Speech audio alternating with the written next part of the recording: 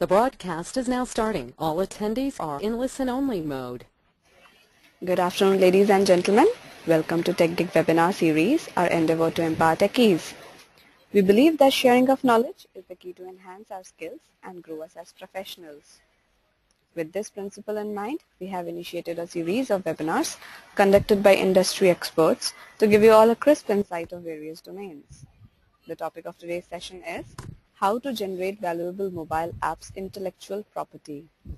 And our guest speaker today is Rajiv Ranjan. He is the consultant with Research Area Analytics and Advisory Services, LLP, and Director with Intellectual Property Rights with MySkin Inc. He is an engineer from Gulbarga University and pursuing Business Strategy Management from Cornell University, Corporate US Patent Consultant and Advanced Patent Agent. He is currently consultant with Research Area Analytics and Advisory Services LLP and Director Intellectual Property Rights with MySkin Inc. He has over a decade of experience in serving on roles such as consultant and engineer scientist with Motorola Lab, Haynes and Boone LLP, KED and Associates LLP, INSDOC, now NISCARE, CSIR Lab, AIS, CSIR, SARC Documentation Center, Delhi Congress, IGNU, Pangea 3, Thomson Reuters, SIL, McGraw-Hill. He is trained in U.S. patent law by U.S. Attorney and ex-USPTO examiners from Stanford, MIT, and Motorola. He has Digital Six Sigma certification from Motorola University, Advanced FPGA Design and Implementation Xilinx certification from Xilinx and ASP certification from Brainbench. He has also served as internal auditor for following certifications like ISO, QMS, ISO ISMS, SAS 70, VAPT, and ISO 14000 EMS. He has drafted well over 1,000 patent applications, most of which are published in the public domain. So, without further delay, I introduce you all to our guest speaker. Over to you, Rajiv. Yeah, fine. Should I start now? You're already live. You can start the session, Rajiv. Okay. Good afternoon, ladies and gentlemen. This is Rajiv Ranjan, and Aradhana has already introduced me about you, so I don't need to waste time on that. And today we are here to discuss about mobile apps intellectual property. Right in the beginning, at the onset, I would like to just point out that I assume that most or majority of the audience is aware of intellectual property. If not, I will be briefly discussing about intellectual property while not wasting time and mostly focusing on the subject matter.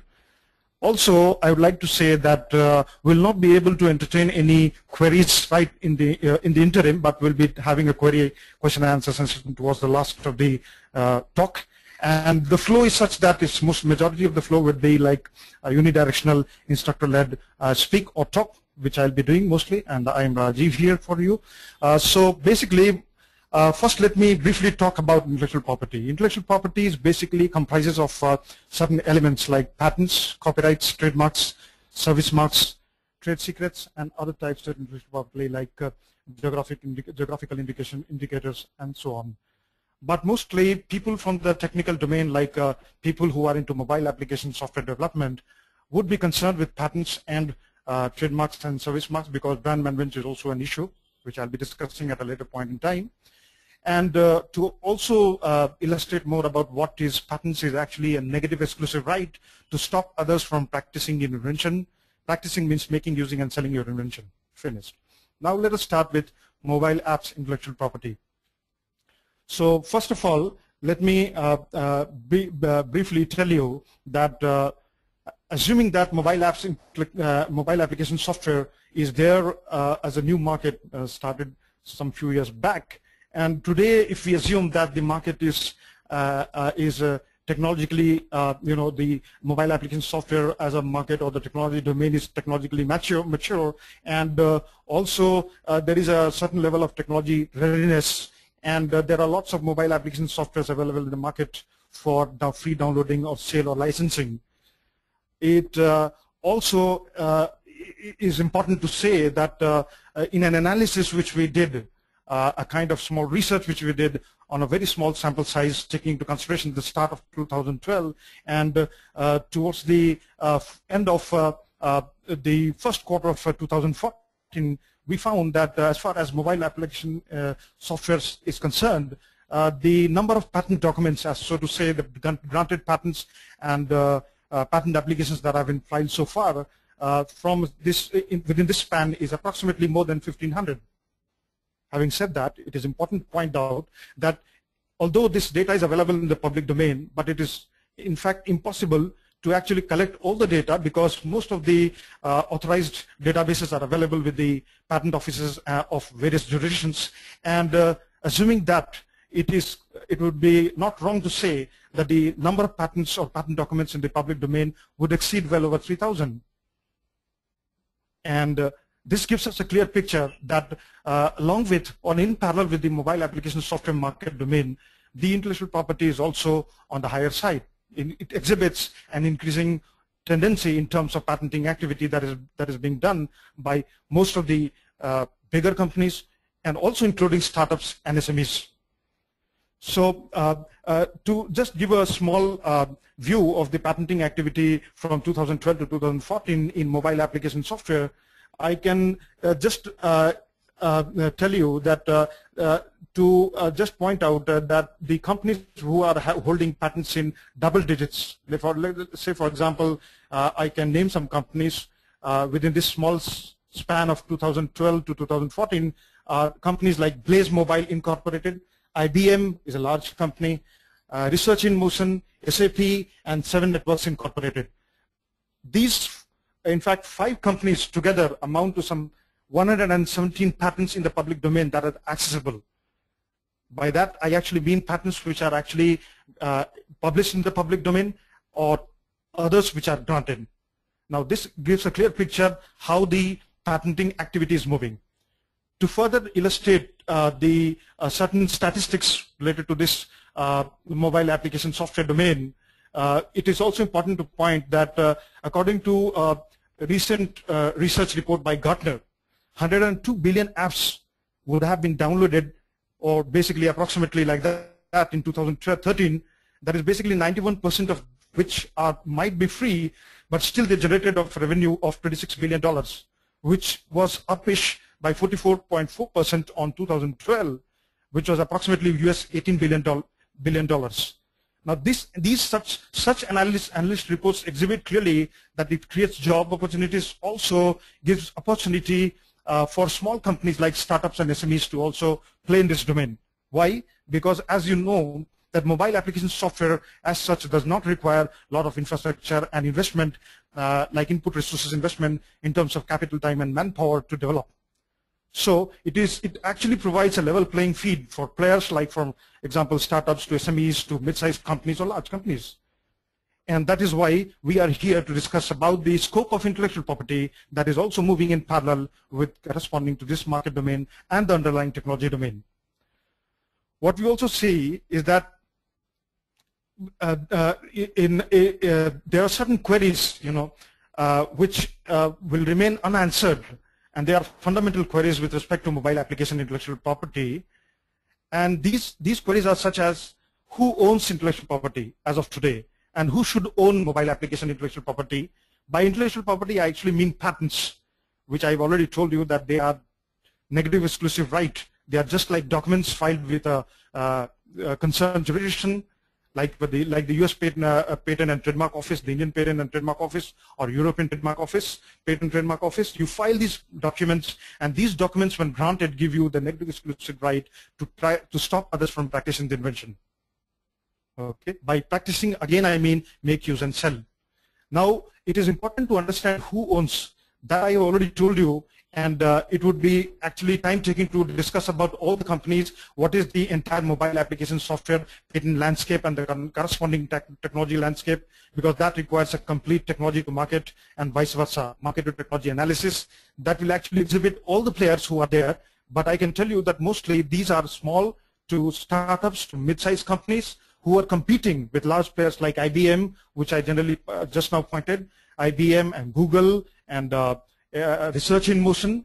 The large companies are also competing, and it provides a level playing field. So basically, the owners, the major owners as of now, which I discussed in the small sample size of approximately some 1,500 patents, they own some 117 patents altogether. And who can own that? Also, I have answered is basically companies who are having overall overall health, like for example financial health, which is basically not very good, but it lies somewhere between medium to high. And those who are looking out for investments, like for example seed funding or basically rounds of funding, or basically some kind of grant or award, they should always go for patent applications, basically to protect the intellectual property. The other question here, that there is a derived query that comes, is who are the players who have been identified? Basically, what I just now told you in a sample size of 1,500 are the players, are the ones who I have identified, who have a good kind of patenting activity in a small span of 2012 to the completion of the first quarter of 2014, and they hold approximately 117 patents. The names of these companies are basically, as I told you, Blaze Mobile, IBM, Research in Motion, SAP, 7 Networks, but I have excluded all those who are having single-digit patents like Google and others. Also, to know and to answer a query, a small query like who owns what, basically is we do an analysis to understand the entire patent technology landscape, okay, patent landscape, and then we understand who are the players in that domain, what are their products, services, and solutions, to which jurisdiction they are confined to, okay, despite the fact that we understand that today's market is a competitive, innovation-based global economy. And if at all somebody is concerned about the fact that whether I should go and file a patent outside India, they are mistaken, because once you upload these mobile application softwares for downloading free or basically for licensing or sale, you are actually exposed to the entire world. Next is, who are the potential investors? Such questions I can answer, basically take answers to such questions offline, or basically via exchange of email, or by call. If you can also call me, because this is again a very time-taking exercise. I can discuss about the potential investors who are interested in investing in mobile application softwares, and who are the potential investees. Basically, the ones who are actually looking out for investments, and basically they are the ones who should have a proper, intellectual property strategic asset management plan and protection of intellectual property, or protection of rights, interests, and acquisition of rights in the same fashion. There are other fundamental queries like what constitutes mobile application patents and IP. So just like I can develop an analogy between mobile application software and other application softwares which are there. And I have already explained intellectual property, which comprises of patents, copyrights, trademarks, service marks, and trade secrets. In the same way, mobile application software patents and other intellectual property can also be discussed. And also, mobile application patents, mostly which we see in our patent landscape analysis or the technology landscape analysis, gives a clear picture that today mobile application softwares are mostly applicable to almost all the market domains. But some of them are ones which we can separate and look at it separately, or we can delve into more detail. Are domains like life sciences and healthcare. Okay, medical applications, mobile application softwares, which is actually falling under a domain called mHealth, digital health, or wireless health. And here we also find that there is a very important point that I would like to mention, is that mobile application softwares basically dealing with medical with the medical field, like as I said, healthcare. While you develop that, there are certain regulations that has to be taken, that has to be understood, and there are certain legalities, or the legal feasibility of the entire development has to be taken care of. And why? Because once you say, for example, develop a mobile application software and upload it free for downloading or for sale or for licensing in the public domain, and as I said, that today's market is a competitive global innovation-based economy, and also a market wherein you are exposed to almost whole of the world. And let me give you a recent example in parallel, on a parallel note, is that most of you have heard about FDA, which is basically a government body in the US.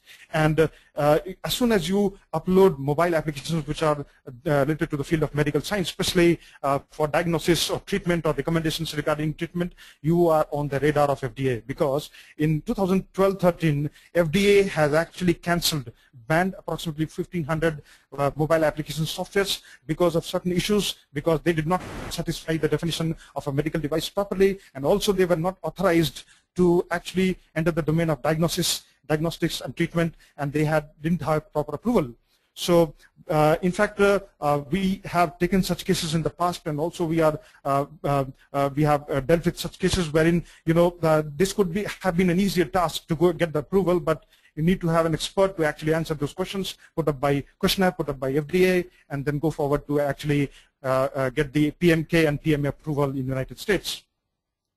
Next is, what is the IP applied for owned by those identified players? Mostly the players whom we have identified have IP related to licenses, healthcare, the application of mobile softwares in case of television viewing, enhancing television viewing, in the field of electronic programming guide, interactive EPG, personalized television, and others are also there. So basically, some of them are like you know, content recognition based on audio fingerprinting and so on. There are other mobile application softwares which actually deal with content recognition, the modification of content, or you know, identification of content online, which is exhibited on different channels on different channels in the form of program contents.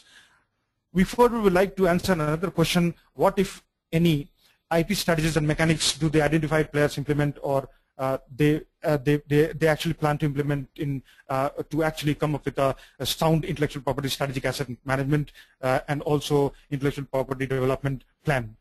See, basically, you have to understand that once given the fact that this mobile application software domain allows or provides or facilitates a level playing field for almost all the players, right from startups to SMEs to mid-sized players or large players, it is understood that, that irrespective of the fact that the overall health of the company is not good, you still have a chance, or there is a good probability that you can play on a level playing field.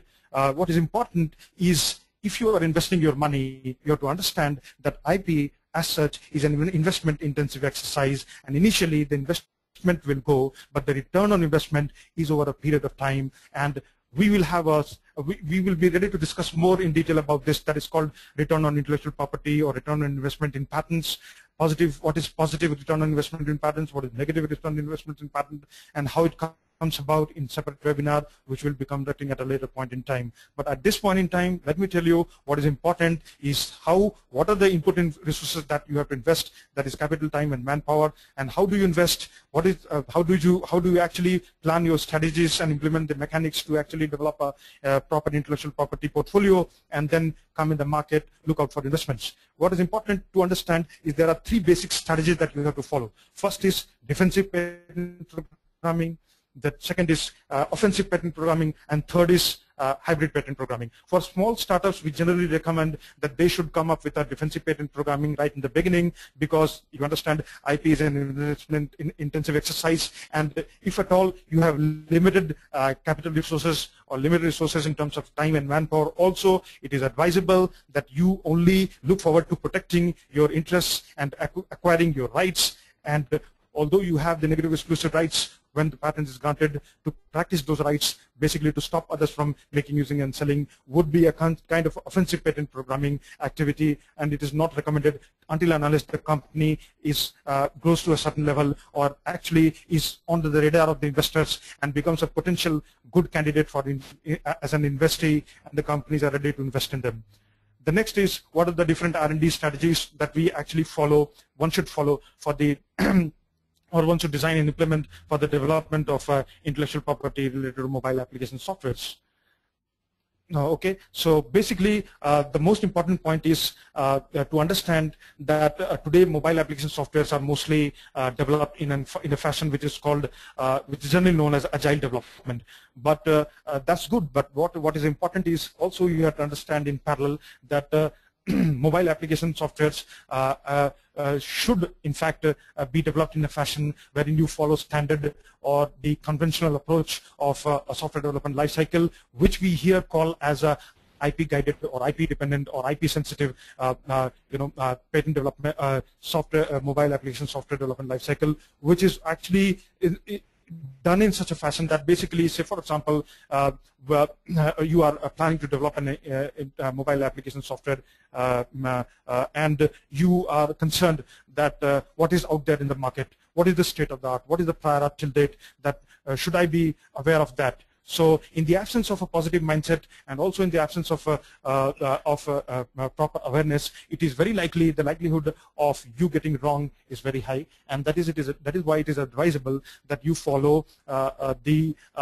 IP guided patent software development lifecycle specifically for mobile application software, wherein what happens actually is basically when you come up with an idea, you have an idea to develop a mobile application software, and that idea may be added or may be incremented with the process of time, and you may come up with more ideas. So there will be a bunch of ideas subsequent to some kind of ideation or brainstorming which you do, and then you come up with these ideas and you document them, and then you call upon, if you yourself is not a software architect, you call upon a software architect to actually do the development or to discuss the development plan. In that process, what happens is all these ideas may relate to, say for example, a method, a system, a new use, or improvement.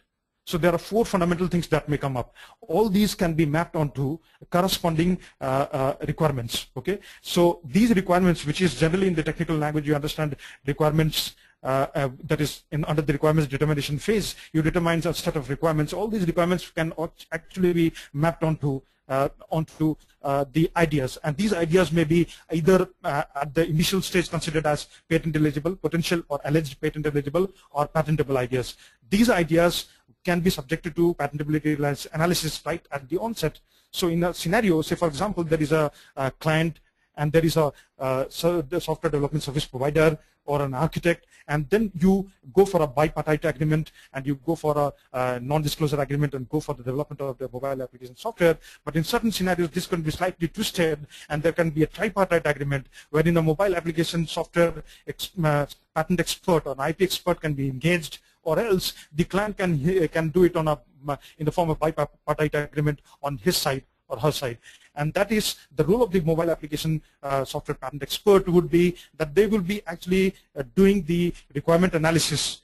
They will take up each of the requirements and they will subject all these requirements, first map them into patentable ideas, okay, and then subject them to patentability analysis, which includes each of these ideas could be a new novel and non-novice method, a novel non-novice system, a novel improvement, non-novice improvement, a novel use, a non-novice use. So there are 4 fundamental things that go.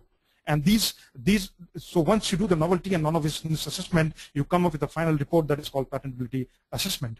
So further, what happens is you may go on to initial requirement specifications. You may specify each of the set of requirements, and then you may actually talk about the patentability analysis of in-depth patentability analysis of each of the requirements, and come up with an idea so that you suggest to your client that okay, you can go ahead and develop this software so that tomorrow when you launch this product in the market, you don't end up infringing somebody else's patent, or if you file a patent, you don't get invalidated by somebody else's patents. Okay, so there are other questions like, for example, where to file mobile application patents, okay, and that is very important. So, for example, if you are playing or practicing in the Indian market, you may think that, okay, today I am concerned only about the Indian market, and also tomorrow I see that I'll be getting to the Indian market, and I don't need to bother about the international market. But actually, by doing so, you may go wrong, because as soon as you launch these softwares in the public domain through web, you are actually exposed to the whole world. So tomorrow, if somebody is downloading your mobile application software in US or in Europe, you may end up infringing somebody's patent, even despite the fact that you may not be interested in filing patents, but you are still subject to, in court litigation, or subject to a case of clear infringement, wherein somebody's patent is there and your product is finally infringing on that patent. So you have to understand that if at all I'm developing a mobile application software, and you understand that the whole market, in the whole market today, barring the third world countries and wherein there are issues related to filing software patents in India. There are also issues in filing software patents in UK because India follows the same law as the UK patent law, and it is important to understand whether you should file patents. The filing patents in India. There is a different, although we can't say that it is impossible, but there are ways to get around that. There are workarounds, and these workarounds are that in India you cannot go for a software patent, but you can definitely go for the logic behind it, and you can also definitely go for a hardware that is capable of implementing the software. In that scenario, you need to claim a dedicated hardware which will implement the software, and the whole package you can claim in India. Apart from this, it is important to understand which market I'm going to cater to, which market is important, which is the market where my product is going to find a good value, okay, a good value in terms of US patent, okay, a good value in terms of my product and exposure to the product and the positioning of the brand. It is better to always go for United States Patent and Trademark Office. Why? This is not a kind of biased opinion, because United States Patent and Trademark Office is the world's largest patent office, the most efficient patent office, and has got reach all over the world. Its exposure is too high. The turnaround time delay is also very, very less in comparison to any other patent office, and the advancement in terms of the express prosecution that which they do, and also the level of examiners who examine the patents is much more better than in comparison to any other patent office in any jurisdiction in the world. Okay, so basically, having said that, it is important that you understand that where to file is basically you should go ahead and file for international patents, specifically patents related to mobile application software should be filed in the United States for better exposure, better examination, and better validity or valuation of the product and the patent itself. Okay. There is also one important point that I would like to mention here, and that is basically related to practical issues. Say, for example, somebody might have a question that I am an Indian citizen, whether I'll be able to file a patent in the United States Patent Trademark Office, and that is a very relevant question. The answer to this question is that there are ways out to actually file patents in the United States Patent and Trademark Office, and in that case you have to treat the invention which is basically shipped outside the mainland of India. It will be treated as a commodity, and in that case you require a foreign file license for filing patents outside outside India. Additionally, on a parallel note, I would like to mention that as far as trademarks, service marks, or brand management is concerned, you can also do filings. You can also position your brands in the US market or the world market at a relatively lower cost, because there are again workarounds to do that, and there are strategies to do that, wherein basically Indian citizens can also participate in this activity of positioning their brands world over via the USPTO or via any authorized patent office. That's the easiest way of doing, because the reach of the database which they actually publish in the public domain is way too high. Okay, next. Also, it is important that if you file, say for example, you don't hold a trademark or a brand in India, it is important to understand that the infringement, mostly the infringement issues and litigation issues that happen post, filing, prosecution, and grant of trademark or service mark. These such activities are mostly in the United States or world over. So even if you're not holding a trademark or service mark in India, it is important to understand that if it is a mobile application software or anything which caters to the world market, which is available or uploadable via the web, it is important that you understand that the brand position is automatically has to be done on the web, which is actually global. Okay, so taking into consideration the fact that this is a global innovation-based competitive economy and a corresponding market, it is important to understand how to do brand positioning and how not to get confined to a particular jurisdiction, just remain under the myth that I'm going to cater to this particular market and I'm a local player. Next is when to file. It is important to understand this answer, to also understand when to file, and this is also a good question, when to file intellectual property or patents or trademarks related to mobile application software. It's very important to understand this. Why? Because there are small startups and SMEs, such kind of queries keep on coming to us, who actually generally are either they do it unintentionally or intentionally. They are either not IP aware, or in certain cases they do not have the positive mindset to do so, because they do not have, in certain cases it's also because of communication gap or miscommunication. What happens exactly is, if at all you are a small player, and as I mentioned directly right in the beginning, that it provides level playing field, and irrespective of the overall health of the company, the size of the player, it allows every player to play in that market. Now if given a small startup or a small company or SME, let me give you an example what happened some 3 years back.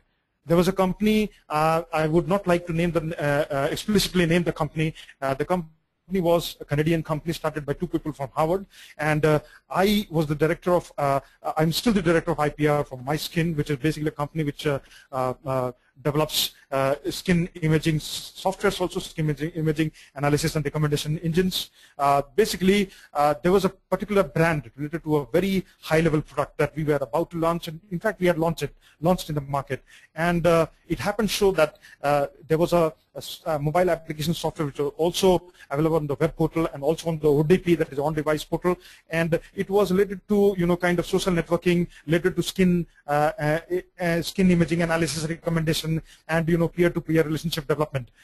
And this company unknowingly had come up with the same kind of a software using Open Graph Protocol, and they had put it on the Facebook, they had it on other social networking websites, and they were clearly copying our name. So what happened?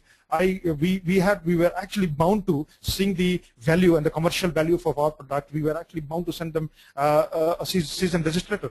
So in fact, in that case, I had to send a cease and desist letter to the company asking them to stop. They responded back by providing their arguments, but still we were heavy on them. They then had to finally go and request us for out-of-court negotiation and out-of-court settlement, which was done. So basically, I'm just putting out this case. It also happened, I have taken care of such cases in case of Northeastern University, okay, and wherein the app name was not rightly decided, and finally the university landed into trouble because they had a spin-off. They had a spin-off of the university, and which was actually sponsored by them, and it was actually the Northeastern University which had to actually participate and finally go for a out-of-court settlement and out-of-court negotiation.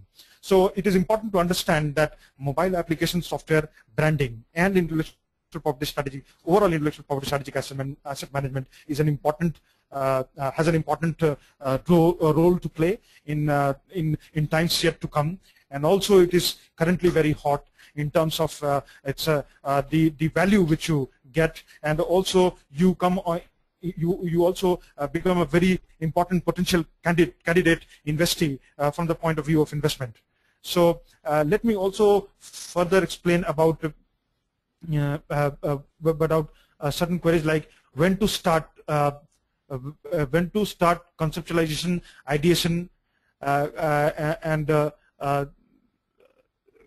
other activities related to mobile application software development. So basically, while doing the activities in-house even before the development of mobile application software, it is important to understand that there are certain steps, as you might be well aware. It's like you conceptualize, you ideate, you do brainstorming, you do idea networking. So at the time of you doing idea networking, it is important that you engage somebody who is aware of intellectual property and who is in a position to guide you which particular design path to choose. So for example, let me develop an analogy in a real-time system of traffic lights, which you see, which actually is a kind of a guiding signal when you drive on the road. So here what happens is, assume that the road or the entire geographical area where you are moving is basically the technology landscape, and in this landscape there are certain areas that may be occupied in terms of design path, the design logic which you choose. And if you are standing before a particular area which is actually exhibits as a red light signal, it means in this case it is important to understand that the traffic light signal status will not change, unlike the traffic light signal which changes on the road. So here it exhibits, it is important to understand that that is the path of the design logic which you cannot opt, because there are certain patents which have already worked on this and they have applied for, they have granted patents on that particular logic, and you cannot follow that particular path. Okay, so further, it is important to also answer a question why mobile application developers need to go for protection and enforcement of IP. In fact, more or less I have discussed all the points. So mobile application developers should go for protection of IP and enforcement of IP because first it actually helps in advertisement of the company. Also it helps in building a sound intellectual property portfolio for the company. You can build patent tickets, you can build patent portfolios, you can build intellectual property portfolios, and based on that you'll be basically exposed to the investor community. If at all your product is very good, and if you think that I'll stay in a standalone mode in the market, and I'm not concerned about what others are doing, but still, when you launch your product, it is very important to understand that you are exposed to the entire world community. And then if at all, in the worst case scenario, if at all your patent software or the product which you have launched is found infringing on somebody else's patent, you are under trouble. Additionally, if at all you file a patent and you do not do proper research, you may also end up getting invalidated by somebody else's patent if at all your claims are reading upon exactly in the same fashion as claimed in the senior applicants or the senior assignee's patent. So it is important to understand that protection of interests, acquisition of rights is nothing but it can be clubbed together as acquisition of negative exclusive rights to stop others from practicing the invention, and that is making, using, and selling something which you are actually doing. And apart from that, it is also important to know more in detail about defensive, hybrid, and offensive patent programming. Mostly offensive patent programming is recommended to players who are actually large in size, like Adobe, Google, Microsoft, IBM. They actually are in the habit of practicing offensive patent programming because in that case, the stakes are not high because they are actually, their overall health is very good. In fact, on the higher side. But in certain cases, even small companies or SMEs try and adopt the offensive patent programming strategy. And one case is about Loudsys, which I cannot discuss in much detail because it's a very complicated case. And Loudsys was basically a company who was the one who first actually brought upon a case, pulled some players into litigation, wherein Loudsys was the plaintiff appellant and the defendants were a group of companies for basically a mobile application software. And it is considered, you can read about that in the public domain, it's there on Google. Loudsys was the one company which actually became a kind of a driving factor as far as the IP litigation of related to mobile application software is concerned. Okay, so now I think I would like to also I think I've mostly covered all the points, and about the standard development lifecycle which I mentioned, which is IP guided. There are further details there wherein requirements specifications can also be guided with the knowledge of IP or with the knowledge rendered by an IP expert. At the same time, when you do the feasibility analysis, both technical, operational, and economic feasibility analysis can be guided by knowledge, explicit and implicit knowledge of IP. Same at the same time at the time of budget and scheduling or logical system design, implementation and testing, you can always take the help and incorporate the concepts of IP, and that whole development life cycle we actually name it as intellectual property guided or sensitive or dependent software development life cycle, which we'll be happy to discuss in a later webinar, because again it's a very big and exhaustive topic. Yeah, I would like to now end. Aradhana. Hello. Any questions? Hello? Hello? Yes, Rajiv. So thanks for the insightful presentation. I would request you to take the questions now and read out the questions and their answers so that all our users may listen to your insights. Sure. So are you able to see the questions? Just a minute, I need to enlarge the screen actually.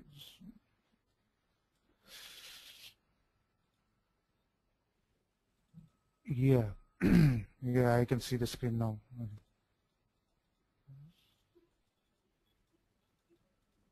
What is this question? What is the second question is?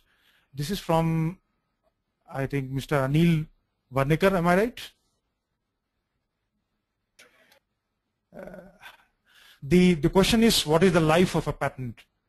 What is the life of patent is the first question, which will be happy to answer. The life of a patent, what is the level of difficulty for, that's the second question. So the first question, what is the life of a patent? The life of a patent is basically, 17 years from the date of grant, okay, and 20 years from the date of filing approximately. Now, as far as the corresponding or the underlying technology or the, underlying subject matter that you actually protect, that would be different from the entire life or the time to live for a patent. And in certain cases, it may happen that the technology may mature and the it may saturate earlier than the total life for the patent. So as I told you, numbers is exactly 17 years from the date of grant approximately, and 20 years from the date of filing. The next question is.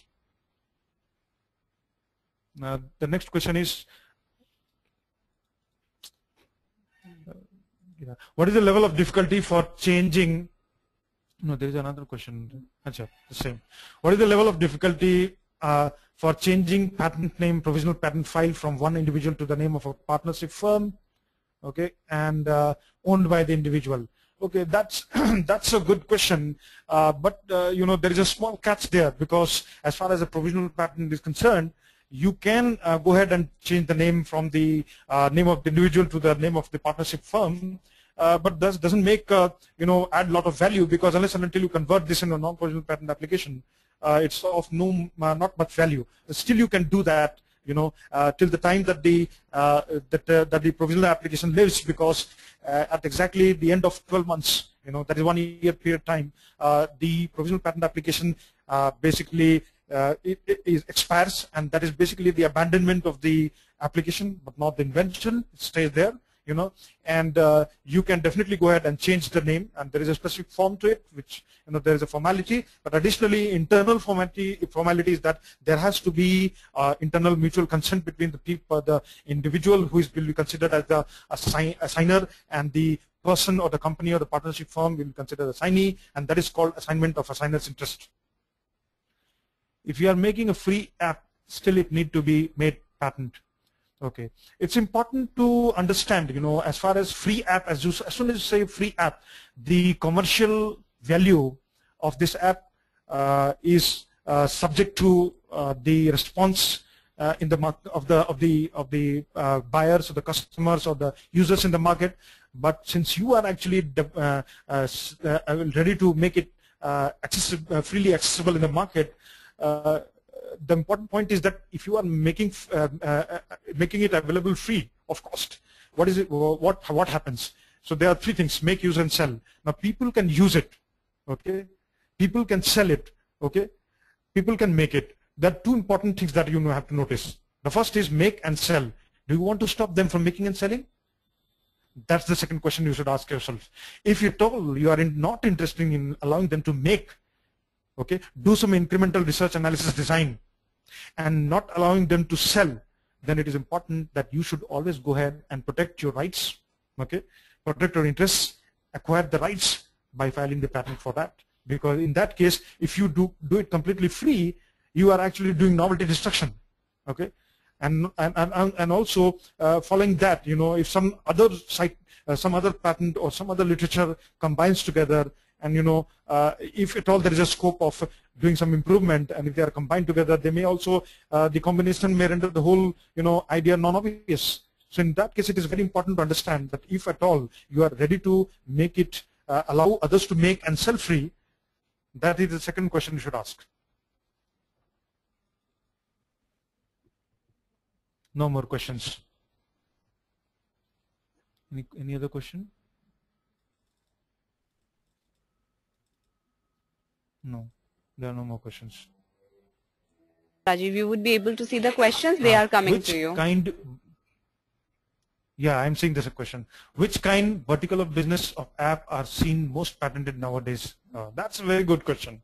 This is a question which is directly requires a complete technology to market analysis and vice versa. And we have done it on our part, and we'll be very happy to inform you that the domain, the market domain, which tops any other market domain today in terms of the patenting activity trend that we see so far, it is licenses and healthcare, particularly healthcare. So one domain is mobile health, digital health, use of ICT in health, information communication and technology, wireless health. These are certain wireless medical telemetry, okay, ambulatory patient monitoring, okay, monitoring of physiological parameters, okay, pulse oximeters in the form of a portable device or devices for measuring certain parameters of the body, okay, physiological parameters. But then it is important to understand, as I mentioned earlier, that there are certain FDA guidelines when it comes to diagnosis and treatment and recommendation. If at all, it is completely medical based, medicine related recommendation, which is called suggestive medicine and advisory. Of course, you can't get a copyright on the idea you have only just thought of. There has to be something more substantial. Can you elaborate comparing it to standard IT lifecycle? Copyright. Okay. Just a minute. Okay, I can elaborate. This is a very good question, but I'm running short of time. What I can do is I can elaborate more on this. If you can send me this query through email, I'll be able to answer in more detail, because while I speak, I can develop an analogy between the different phases of a patent product or software or system development life cycle, the phases involved in patent development life cycle, and the phases in copyright protection. I can do that. Send me a query for that.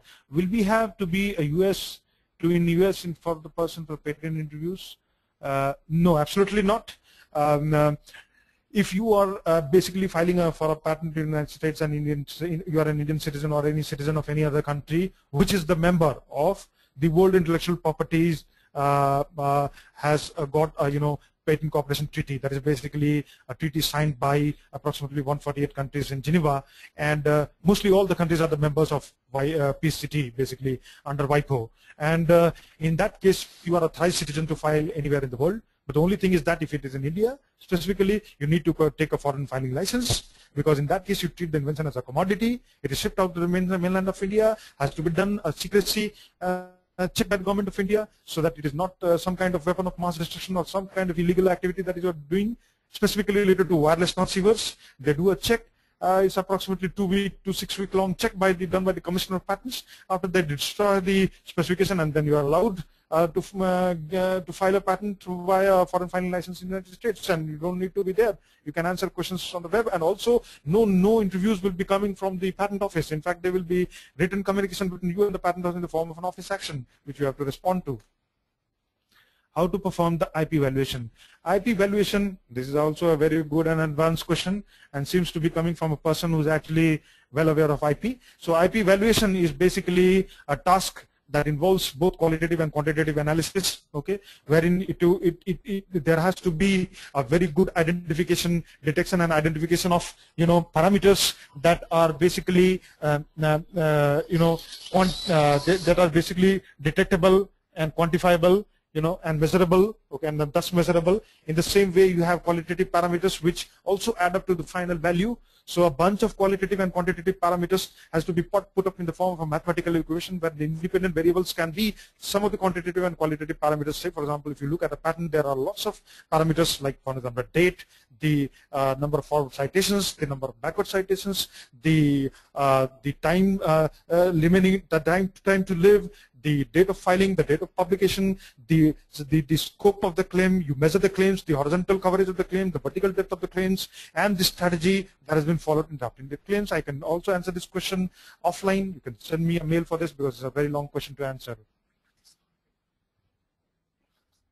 Yeah, we also do this valuation, so you can come to us. And how do I go ahead about checking if any idea has already been implemented, and in case there are similarities on a generic scale, can I make modification to my Mac and still go ahead? Yeah, that's a very good question. In fact, I missed it out, and I'll be very thankful to this person who has asked this question, because I missed out a particular point that is related to design around.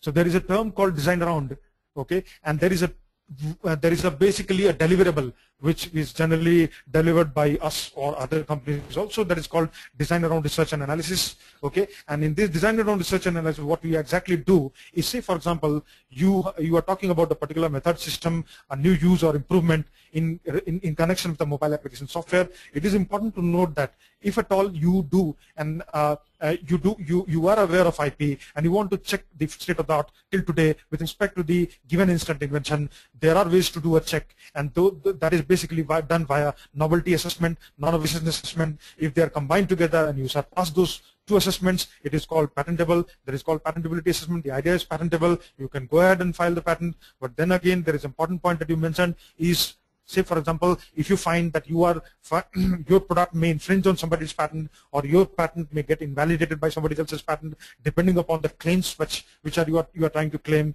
then it is important to understand that there is a design around research and analysis which you can do, and based on that, what happens is you study the state of the art and you identify the white spaces and gaps therein. You find out the probability or the likelihood to design and implementation of new and enhanced methods, apparatus, and systems that do the same with certain level of enhancement. Say, for example, it is a circuit. You can improve the figures of merit of the circuitry. You can also go about certain other design routes or design paths which have design impact and associated functionalities. So this is overall a design around research analysis work. Any other question? There is one more question. Minimum time for getting a patent registered in India and US. The minimum time for the grant of patent is basically 3 years. Sorry to interrupt, in India, Rajiv. it is more than that. Can you please repeat the question? Yeah. Okay. What is the minimum time taken for getting a patent registered in India and US? Okay. Can you hear me now? Was it clear? Aradhana? That was loud and clear. Hello? You can proceed, please. Did you hear me? Were you able to hear me? Yes, your voice was loud and clear. Hello? You can proceed now. Okay. Now this minimum time question is basically such that in India, the time is open-ended. Let me be very frank with you, while not criticizing India with due respect to my own country. But the problem is that in the deficiency of proper examination procedures, in the deficiency of proper examination experts, the prosecution stage in India is sometimes open-ended. And if at all you want to expedite, you need to pay extra money, which is not a big amount. But then, the examination procedure in India is way different from the examination procedure in US, and they are poles apart. The speed, the turnaround time delay with the US Patent Office is way too less in comparison to the Indian Patent Office. Say, for example, if you're provisional, you get the filing receipt acknowledgement right away. And also, if you file a patent application as a non-provisional patent application, in approximately 18 months, exactly 18 months, it gets published in the public domain. As soon as it is published in the public domain, you get a lot of value because you get a patent pending status. At the same time, you are the radar of different investors community. You are also listed on multiple different websites and multiple different databases, or also on government gazettes. And then you are also listed on certain experts who actually keep on doing IP watch, like companies like Thomson Reuters. So they do that kind of activity, and you get noticed very easily. You also have very good chances, although you lack the chances of basically exercising your rights, negative exclusive rights, from the standpoint of stopping others from making, using, and selling, because you don't have the granted patent. But at the same time, you become a very important piece of prior art or state of the art for people who file later. And that is what happens is you destroy there's a clear novelty and non-obviousness destruction in the public domain done by you, and that is why it actually stops others from actually practicing them if they are doing it legally and if they are not doing it intentionally. What if I go and file directly in Indian Patent Office? You can go and file directly in the Indian Patent. That is never a problem. If at all you are an Indian citizen, you can file in India. That's not a problem. But you have to understand the importance, the significance, the commercial value. So basically, sometimes big companies like IBM, Motorola, what they actually do is, before even our patent pursuance committee takes up a particular patentable case, or potential or alleged patent case, they actually do the pre-hand commercial assessment. What would be the commercial value of the product along with which this particular patent will be shipped? That analysis is done. So you have to do the analysis. It's your sole discretion. If you want to file only in India, you can file in India. That's not a problem. Like a patent, yeah. What if a company and its competitor filed a patent application on similar invention at the same time in United States and AP region? Are both the applications from two companies get granted, or the one which filed earlier would get granted? In the latter case, can we? Wait a minute. This question is a nested query. Please send this question through email, because it would be difficult for me to spend time on each of the queries here. Because although it's a long query, please send it through email. I'll be able to answer this question. Okay. Yeah.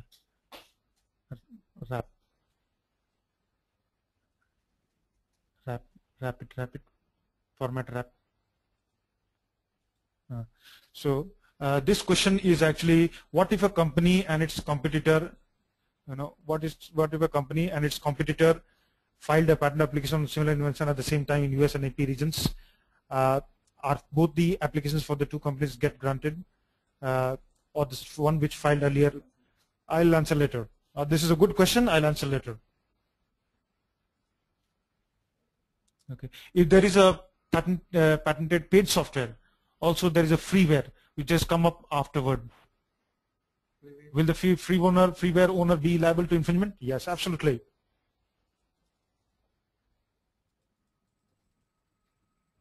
What challenge? What challenge I may face if I make an app which connects people with doctor on video conferencing? Good question. So basically, the challenges which you face when you are making an app which connects people with doctor on video conferencing is only related, will be mostly related to the stakeholders who are involved here. Now let us assume who are the stakeholders in this particular case. The stakeholders are basically the professional or provider, that is the doctor, the expert, and the person who is actually the patient. So if you try and connect people to video conferencing, and that is basically somewhere, it may be mentioned as tele-advice, or it may be considered as telemedicine, wherein, remotely a doctor is able to attend a patient and you are connecting them through video conferencing. The challenges may not be too significant unless and until you explicitly point out what is the logic that you are trying to claim. So it is first very important to understand what the challenges will be only based on the logic that you are trying to claim, the area on in a landscape that you are trying to claim, what is the concept, what if is there any potential or alleged patentable idea, if any, that you need to do a check. But the general generic challenges which you face is basically from the doctor or the provider community, because in most cases what happens is such softwares or apps in long term or with a period of time get into a mode by compilation and accumulation of data, the exchange of communication between patients and doctors, is that they go into recommendation mode. Most of them actually start practicing, the development of software based on AI or expert systems or neural networks to actually, start recommending, certain things to the patients, from the standpoint of, either from the medicine or either from diagnosis or from the standpoint of treatment. So in that case, it becomes required. Otherwise, only allowing a patient to meet a doctor through video conferencing is never will never be a big challenge.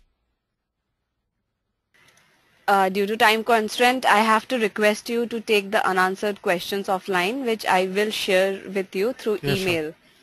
Sure. So if you would like to take one last question, you can do it now. Are you? Yes. Okay, I'll do. Which is question? Any last question?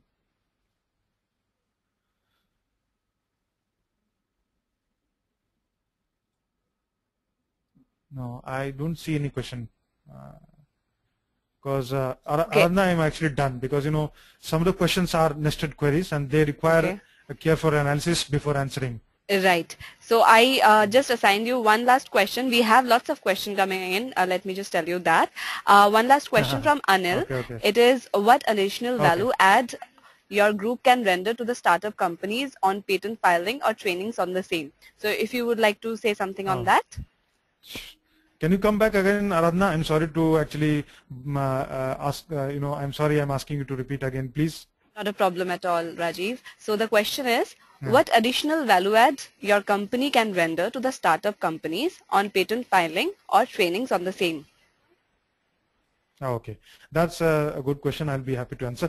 See, basically, there are 2 points that you have mentioned. One point is basically what value add can we, add, where we can render in terms of these services that we render from the standpoint of filing, from the standpoint of development of intellectual property or patents, basically filing and prosecution until grant, and also if at all it's required, we can do the enforcement part of it also.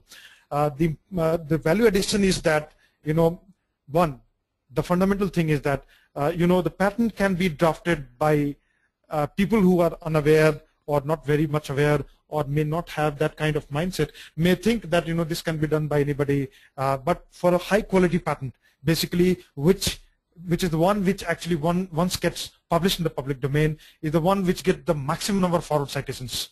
Having said that, it is cited by maximum players or maximum filers or senior or basically the junior applicants who come later at a later point in time cite you. That increases the impressions or the number of hits or basically the count of the total number of forward citations, and that depends on the quality, which is actually done in accordance with 35 U.S.C., that is United States Code Section 112.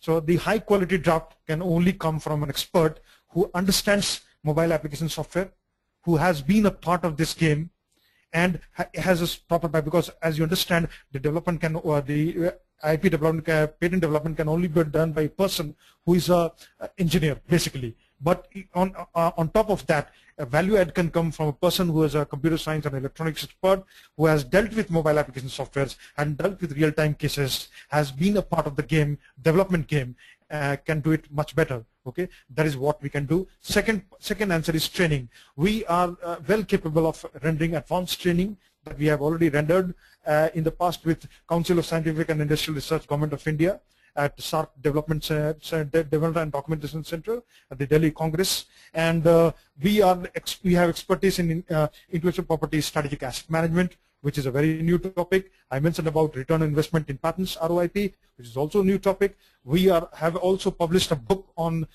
the concept right now, which I am disclosing is actually IP guided or IP sensitive, IP dependent, IP driven patent development lifecycle and software development lifecycle. So these are the value adds. Also, apart from that, if at all the client is ready and there is a good confidence building measure that is done between the client and the service provider, that is us, we can go ahead and do co-crafting, co-invention and co-innovation for you, wherein we are ready to explicitly sign an agreement, that is inventorship waive-off agreement. We waive off the agreement, the invention rights to you, and we don't own anything because of in accordance with the standard code of professional ethics that applies to our profession. Thank you. Thank you, Rajiv. So if you would like to sum up the session for today, you can do it Hello, now. Aradhana? Yeah. Yeah, sir. Sum up. Okay, so to sum up, basically, I would like to say that, we have gone through in a particular flow, wherein we have been able to understand what is intellectual property, specifically what is mobile application software intellectual property, okay, and we have been able to understand, as I have answered questions to some fundamental queries like who, what, where, when, how. These are the certain fundamental questions, although they appear fundamental, but when you get into the details of queries and nested queries that are based on who, what, where, when, how, you understand the whole game actually. Who owns what is a big game that tells about the entire patent landscape, the entire technology landscape, which is basically the byproduct of technology to landscape to market and market to technology analysis. So that's a big analysis, but when you read the reports basically which are based on such queries and nested queries, you get the answer. To sum up, we understand the entire mobile application software patent landscape, the technology landscape, who are the players, who owns what, to what jurisdiction they are confined to, what are the product services and solution, do they hold any IP, are they playing safe, are they protected, are they well protected, what all cases they have faced in the past from the standpoint of infringement and from the standpoint of litigation, are they currently into any kind of litigation. All these things are also looked upon by a company which is an investor who may be interested in doing due diligence. So basically, to sum up, the entire activity which we did today helps in doing due diligence also with respect to any kind of investment that is invited by university who is actually playing in the field of mobile application software. Thank you. And I'm really thankful to our guest speaker today for conducting this informative webinar. It was indeed a great session. I would also like to thank all our participants for their support in making this webinar a success. The recording of the webinar will be available on techgig.com by tomorrow. Thank you all for joining us today. Thank you, Raji, for taking the time out and having us. I hope you have a great evening ahead. Welcome, Aradhana. You're welcome. Thank you. Thank you, sir. So we would be closing now. Bye. Take care. Yeah. Okay, bye.